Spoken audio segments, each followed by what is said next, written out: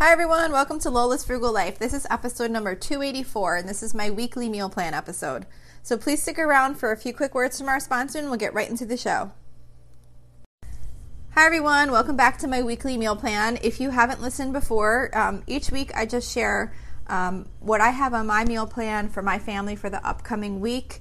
Maybe it might be helpful to you in getting some motivation to get your meal plan together. You might hear something you haven't made in a while, or something that reminds you of something you haven't made in a while, or maybe you might just want to use some of the recipes that we're making. The meal plan is just for dinners, and I do rotate my meals on a regular basis, so if you listen over the course of time, you'll definitely hear meals rotating frequently. I do try and throw in some new things every once in a while, but my main motivation is really just to have a plan for the upcoming week so that I don't have to worry about what's for dinner. There is a blog post version of this meal plan that comes out each week the same day as the episode. That can be found at lolasfrugallife.com, and that has links to any recipes that I mention in today's episode. So this week starts on Saturday, March 12th. So we're going to be making crockpot vegan chili, which is from happyhealthymama.com. I thought this was a really good vegan chili recipe. We're not vegan, but we don't mind eating some of those recipes sometimes, of course. And this recipe I thought was really good. It does have like the beans and like the tomato type base like a normal chili, but it also has like sweet potato and carrots and diced peppers, and I just thought it was a really good crock pot chili. So we're going to do that, and we're also going to do as a side Absolute Mexican cornbread, which is also from allrecipes.com. This is kind of like a more like a heavier type of cornbread. Like it has, it's made with like cream style corn and cheese and cornmeal, and it just sounded like it'd be a really good side dish to go with the vegan chili. So that's what we're doing for Saturday. For Sunday, I'm doing sausage and peppers for a dozen, which is from allrecipes.com. And this is super easy sausage and peppers, which you make in the crock pot. You basically just throw in the sausage and peppers and sauce in the crock pot in the morning, and that's it. And it cooks all day, and it comes out really good like that. And then as a side dish, we're going to do easy ravioli bake, which is from bettycrocker.com. So that's just like a quick, it's almost like a lasagna made with raviolis. It's so easy. You just put some sauce in the bottom of a pan, layer raviolis, sauce, and cheese, and then do that again, and then you bake it in the oven, like frozen raviolis. For Monday, we're doing hamburgers. We do hamburgers every other Monday. So I don't have a recipe for the hamburgers. It's just going to be, just hamburgers. Like I just take chopped meat and just make hamburgers and cook them up. And then we'll also be doing the best black bean burgers I've ever had, because one of my daughters doesn't eat the meat.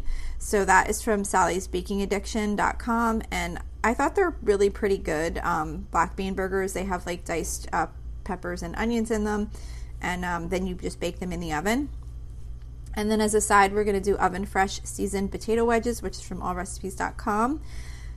It's just like a potato that you slice up into like wedges, and then you slice up a couple potatoes into wedges, and then you put them in a baggie with like olive oil and Parmesan cheese and some other seasonings, and you shake it up, and then you just put it on a baking dish and cook them. I definitely recommend using parchment paper, because I used to do them on foil and they would always stick to the foil, but they come out really good, and it's a good side dish to go with the hamburgers. And then I'm just going to do a can of vegetarian pork and beans. For Tuesday, we always rotate some type of Mexican theme. This week it's tacos, so I don't have a recipe for that. I just do cook up some ground chicken. Sometimes I do ground turkey, but I usually have been doing ground chicken lately. And I just put some water, like once it's cooked I add some, or when it's almost cooked I add a little bit of water, and then some, seasoned salt and chili powder, and that's just how I flavor it. I just keep it really simple. And then, of course we put out like the lettuce, tomato, some sour cream, avocado, taco sauce, all that kind of stuff, cheese, and that'll be our taco night. For Wednesday, I am doing two things that I don't have a recipe for. I have a lot of things this week, it seems like, that don't have an actual recipe, but for Wednesday I'm doing shamrock raviolis, which are raviolis that I get at Costco every year as we're getting closer to St. Patrick's Day. And they are just like little raviolis that are green on one side and regular color on the other side, and they look like shamrocks. I know it's not a traditional Irish food. I just think it's really cute. So we do them every year around Thanksgiving. And then Costco also sells these like Irish bangers, which is kind of like an Irish type sausage. And I make those too. So I'll be making those with the ravioli. So they're kind of just pre-packaged, pre-made foods that I'm going to be making. So I don't really have a recipe for that. So that's for Wednesday, because Wednesday is the day before St. Patrick's Day. Then on St. Patrick's Day, I'm going to be making slow cooker corned beef and cabbage, which is from allrecipes.com. But I honestly don't really totally follow the recipe. I kind of just have it on here as like a placeholder. I have a corned beef, and I will be just cooking it in the slow cooker with whatever instructions probably that it came with.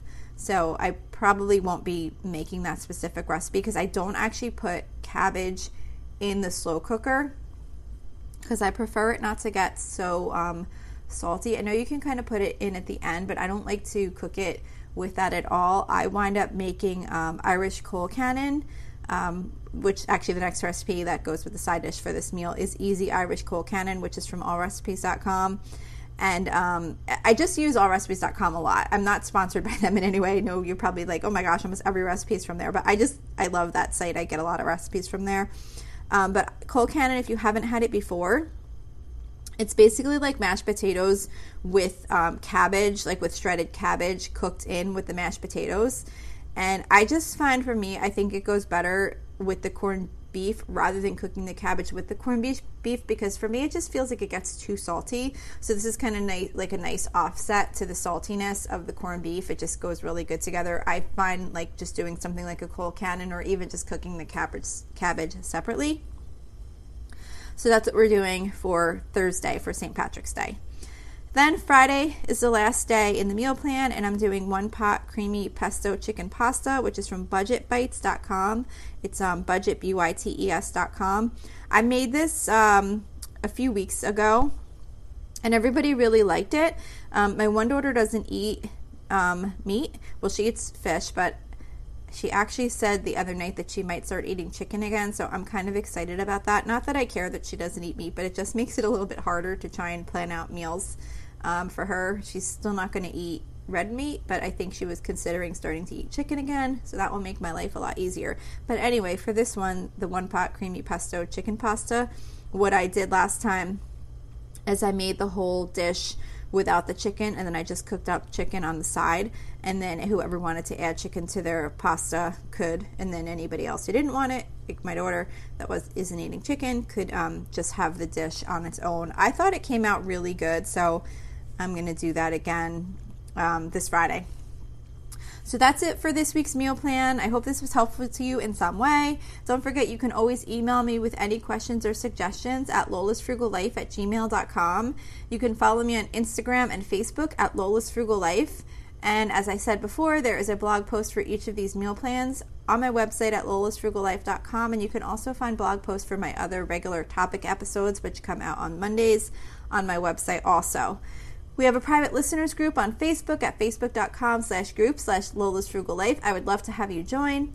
Also, if you enjoy the show, please make sure to subscribe on Apple Podcasts, Spotify, YouTube, or wherever you listen from. And I would really love it if you would screenshot the show and tag me on Instagram. I had someone do that, I think it was last week, on the small tasks episode. I forget the name of the episode, but it was really exciting. Just to kind of have that interaction. So I would love if you would do that as well. And also, if you can take a couple of seconds to rate and review the podcast, that would be really helpful to me. That is what helps grow, improve where my show shows up in search results, which will then help grow the podcast. So that would be great if you wouldn't mind doing that. And also, if you're interested, there is a link in the episode details to financially support the podcast. So that's it for today. Thank you so much for listening, and I hope you have a really awesome day. Are you in the mood to learn something new? Well, Skillshare is now offering 1 month free of Skillshare Premium. Unlock a passion, side hustle, or new professional skill with thousands of classes in design, business, and more. Start your 1-month free trial now by using the link within the podcast notes for this episode. There's no commitment and you can cancel at any time. So why not go ahead and learn a new skill that you have always wanted to have?